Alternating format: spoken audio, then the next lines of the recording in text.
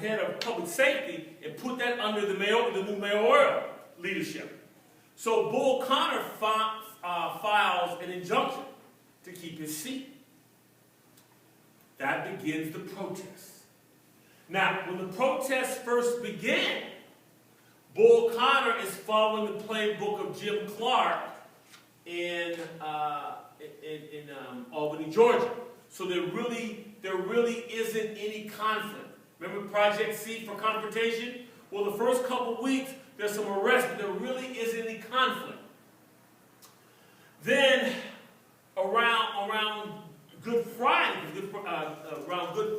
of that year, King decides he's going to be arrested to give it some notoriety. King is arrested, put in solitary confinement.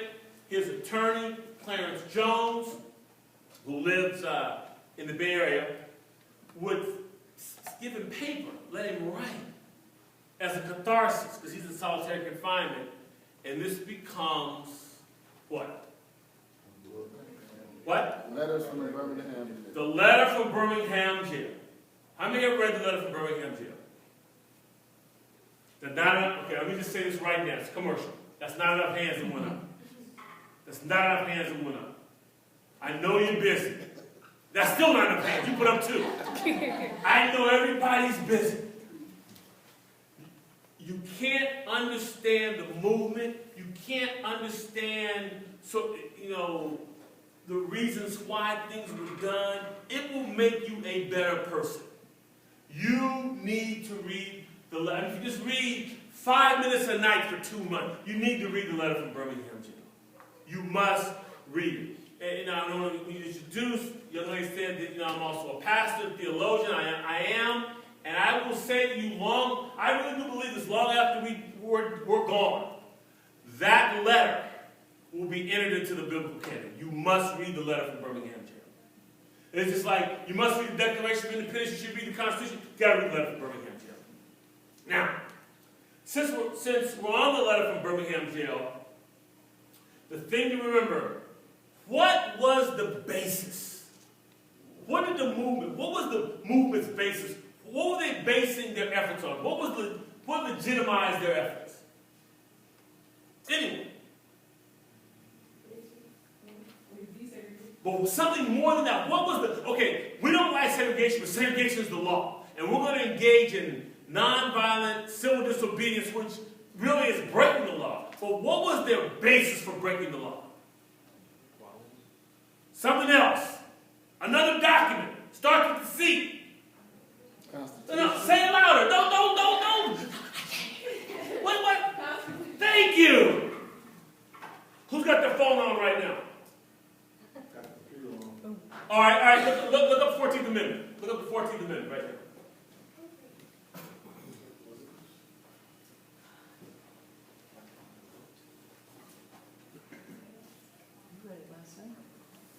You read it last night in class, you remember it? I had to read it last night in class. So you're a great teacher. Okay, want to read it? Read the first section 1. All persons born or naturalized in the United States. Stop right there. All persons born or naturalized. So if you're born here or a naturalized citizen, okay? Keep going. And subject to the jurisdiction thereof are citizens of the United States and of the states wherein they reside. No state shall make or enforce any law which shall abridge the privileges or immunities of citizens of the United States, nor shall any state deprive any person of life, liberty, or property without due process of law, nor deny to any person within its jurisdiction the equal protection of the law. Thank you. If you are an American, if you are a naturalized citizen, you're born here, you get those 2 things, period.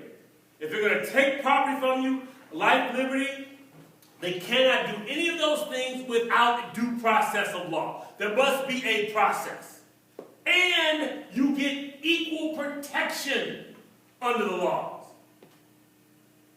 Charismatic guys who wear Kango caps backwards don't get special treatment over brothers who read the 14th Amendment from their computer. We all get treated the same.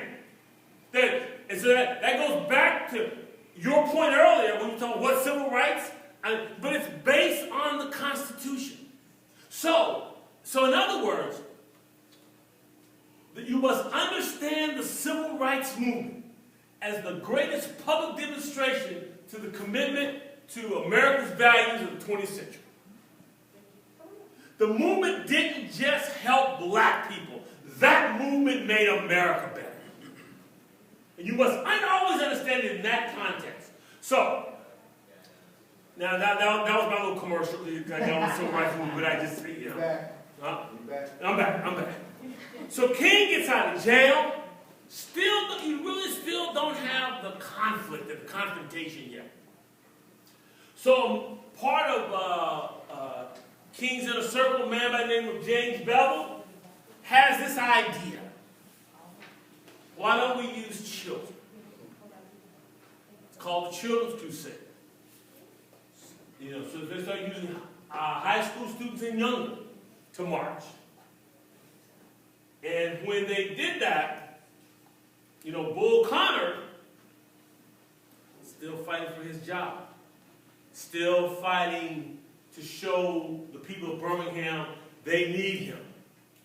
See, the other thing to remember, the nickname for Birmingham was Bombingham. There were from 1954 up until 63, there were 18 unsolved bombings in black communities. So the nickname was Bombingham. Bull Connor needs to show he's still valuable. So what does he do? How does Bull Connor handle the children marching? You know, somebody here knows. What does he do? Somebody here knows. What? Dogs and hoses. Thank you. As he's leaving, he says that. Police dogs, fire hoses. Does that on a Friday. Right? The only thing that makes 63 unique, this is television's coming out party. This is where television begins to show its influence. So, the night before Bull Connor's police dogs and fire hoses, 4% of the country thought civil rights was a national issue. Because you read about something, but you didn't see anything. After the police dogs and fire hoses, it went from 4% to 54%. It changed everything. And then even the people, even those who were, say, the business climate, who was sympathetic to segregation, they began to back off. And so that's when you have these cracks, and they reached this settlement in May of 63. But I'm going to come back to television in a minute. June 11th, 1963, I'm picking that day out in particular, one of the most amazing days in American history. First, George Wall stands in front of the University of Alabama to block two black students from entering. And then he steps away. As he steps away, President Kennedy is looking at it on television. He turns to Ted Sorensen and he says, we better give that speech. Well, that speech was a speech to the nation that elevated civil rights to a moral issue. Now remember how I defined Kennedy at the beginning of 63. Having everything was political. Now he's moved to elevating civil rights to a moral issue, and it becomes the greatest speech on civil rights since Lincoln. Because sometimes moral issues, sometimes politics embraces moral issues when you don't have a choice. I mean, it had been seen, the sort of the sea change in the country. It had been seen on television. Just like you could argue that Lincoln doesn't issue the Emancipation Proclamation if it also wasn't tied to a possibility of winning the war. And again, now we can criticize, again, history is what is. And between you and I'm glad Lincoln issued the Emancipation Proclamation. Now, we can go into some nuances later about it, but history is what is. So sometimes, it's rare when politicians do moral things just because I just got to do this. usually they feel like they're in a corner and they have no alternative. And like Lincoln, when Kennedy gave the speech on civil rights, he understood that re-election might be on the line. So I give him credit for that. So he gives his speech on civil rights. 2 hours later, who gets killed? Kennedy. No, that's 6 months later. 2 hours later, after Kennedy gives a speech on civil rights, who gets killed? King. No, 68. Starts with the M though. Medgar Evers. Medgar Evers is killed 2 hours. So far, Wallace, Stanford University of Alabama, Kennedy gives a speech elevating civil rights to a moral issue. Medgar Evers is killed. Now, the day began, although separate, it will be later no less impactful. The day began when the Buddhist monk in the streets of Saigon sets himself on fire. First indication that this little country, where we've lost less than 100 military advisors, called Vietnam, was becoming a real problem. It's one of the most incredible days in American history, June 11, 1963. All those things happened on that day? All those things happened on one day. So now, won't you be the life of the party? When you say, you know what day this is? You know, I can tell you, that's why I said you would. Because I can see in your eye, you're that kind of guy. Yeah. I'm that kind of guy too, so that's why we... All right. Then, who is A. Philip Randolph?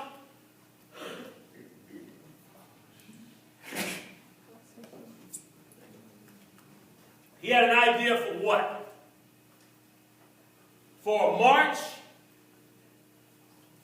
March on what? March on Washington. The first time he came up with the concept was 1944.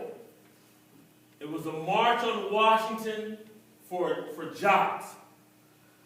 In 63, it gets combined with this moral aspect, the civil rights aspect, and he along with James Farmer of CORE, Whitney Young of the Urban League, Martin Luther King, Roy Wilkins of the NAACP, and John Lewis of SNCC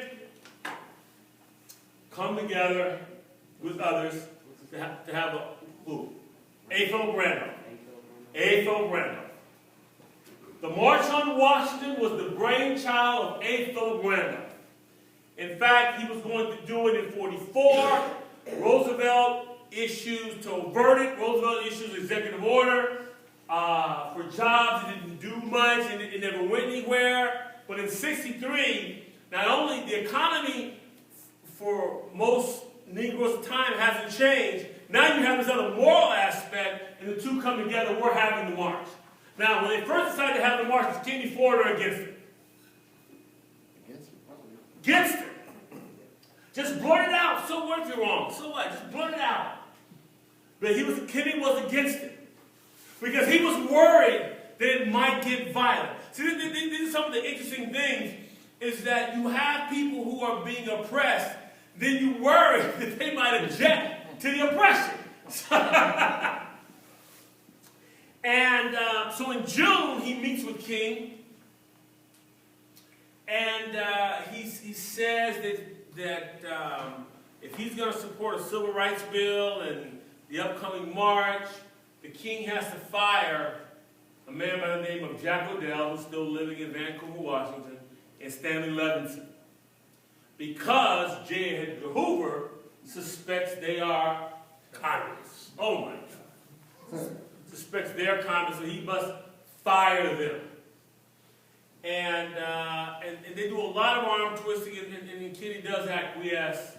And then right after they meet with Kennedy to get his reluctant endorsement on the March on Washington, King goes to Detroit. I think it's roughly about 250,000 people in a march. He gives a speech at Cobo Hall in Detroit.